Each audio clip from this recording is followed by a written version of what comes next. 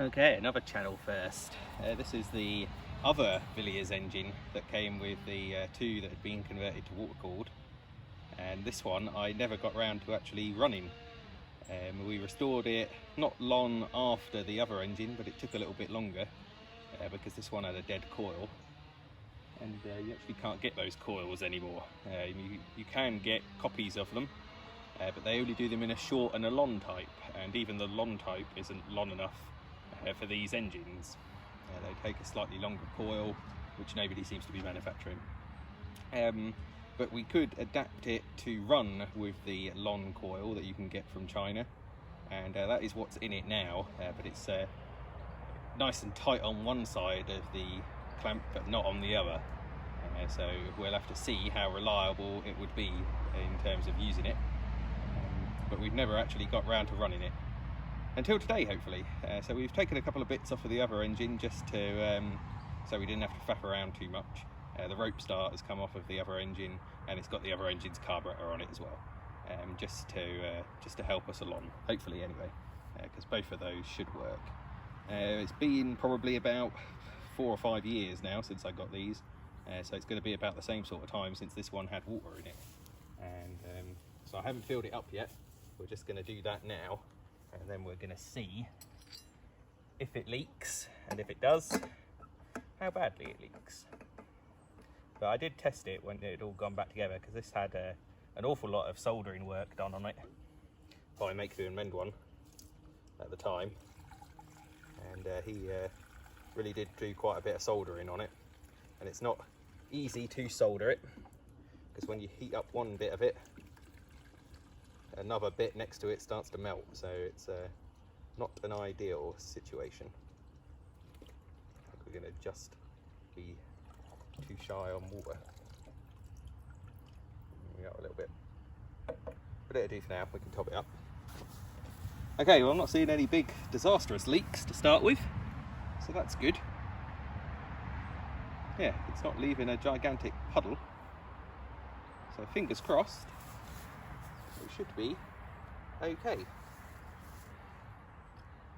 Tiny little drip just coming from this fitting here. I haven't done that up very tight because we are that's probably going to short out the spark plug though, so we might have to nip that up a bit more.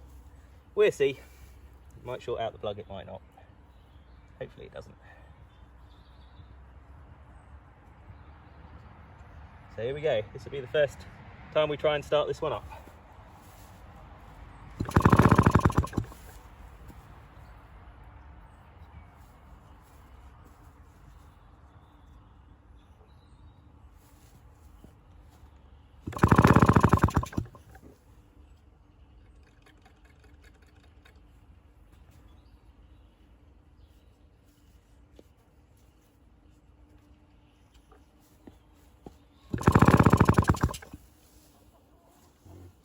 Don't seem to be getting anything apart from a nice leak around that fitting. Okay, we're going to try and nip that up a little bit, I think.